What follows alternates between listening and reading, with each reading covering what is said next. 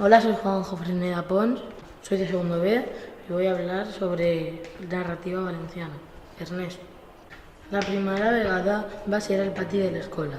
El xic no ho seia a soles. Encara no hi havia fet amics, perquè només portava 2 dies al col·legi. Era baix i gros, de pell clara, amb ulls blaus i una cara redona, de bona persona. Era alemany, però el seu castellà era perfecte, encara que a classe no badava boca. Només contestava als professors. Vaig veure acostar-se els xics amb Abdon al davant. Em vaig imaginar que alguna cosa roïna passaria, perquè l'Abdon sempre estava clavant-se amb tothom. S'acostà al xic amb un mig somriure a la cara i li llançà a terra l'entrepà que es menjava. Els altres es rieren i Abdon digué que els hipopòtams havien d'aprimar-se. Jo els mirava des de lluny i no m'agradava la situació, però no em vaig atrevir a intervindre. La segona vegada que em vaig quedar bocabadat amb la situació va ser a l'aula, al canvi de classe. Abdon passà i em tropeçà a propòsit amb la seva motxilla. La resta del seu grup em tropeçà amb la motxilla també. Ernest s'alça per a posar-la al lloc i Abdon l'espenta i digué que li feia falta una grua per a moure's un cos tan gegant. Una altra vegada la rialla de quasi tots a l'aula. Jo vaig mirar a Maria, que tampoc es reia, i després li conté el succés del pati. Un altre dia d'eixa mateixa setmana, en eixir de l'escola, els xics durs de classe esperaven Ernest a la porta. Anaren darrere d'ell tot el camí a sa casa, burlant-se i fent sorolls com grunyits de porc. El pobre xic no va poder entrar a sa casa per la plorera que li portava. Jo eixia del dentista, no havia anat a l'última hora a classe i ho vaig veure tot. Bé, ho vaig veure jo.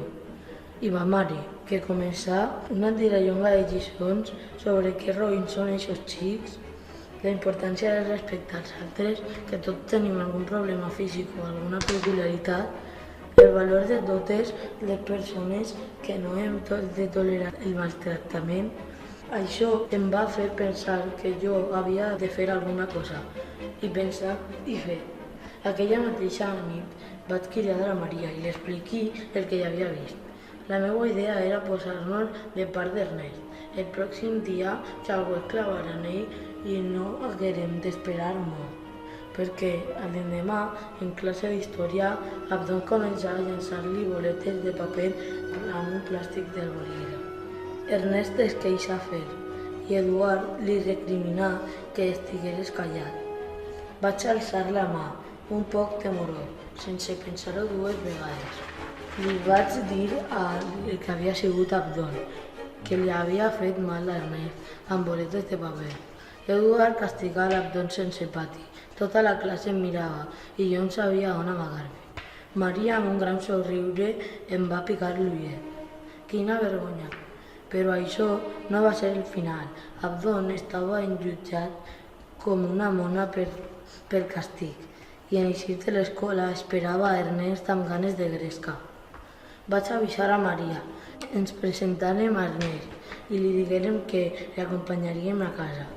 Les amigues de Maria s'uniren, els meus 2 millors amics també.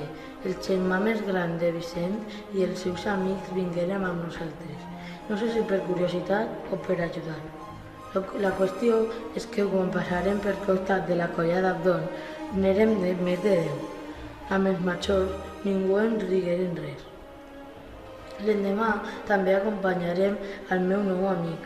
A l'hora de l'entrada i a l'esplai anàrem a parlar amb el tutor. Li vaig contar tot el que havia succeït els darrers dies i ell decidí que ho tractaríem en tutoria i amb l'educadora. Aquesta és la raó per la qual totes les setmanes fem un taller divertidíssim sobre el respecte. Posar insults que m'han dit en la pissarra, anotar un paper 2 coses bones de cadascun i després dir el tutor, jugar a ser observadors passius o agressors. És tan divertit que fins i tot Abdon ens ha donat les gràcies a mi i a Ernest. Quin carabassa!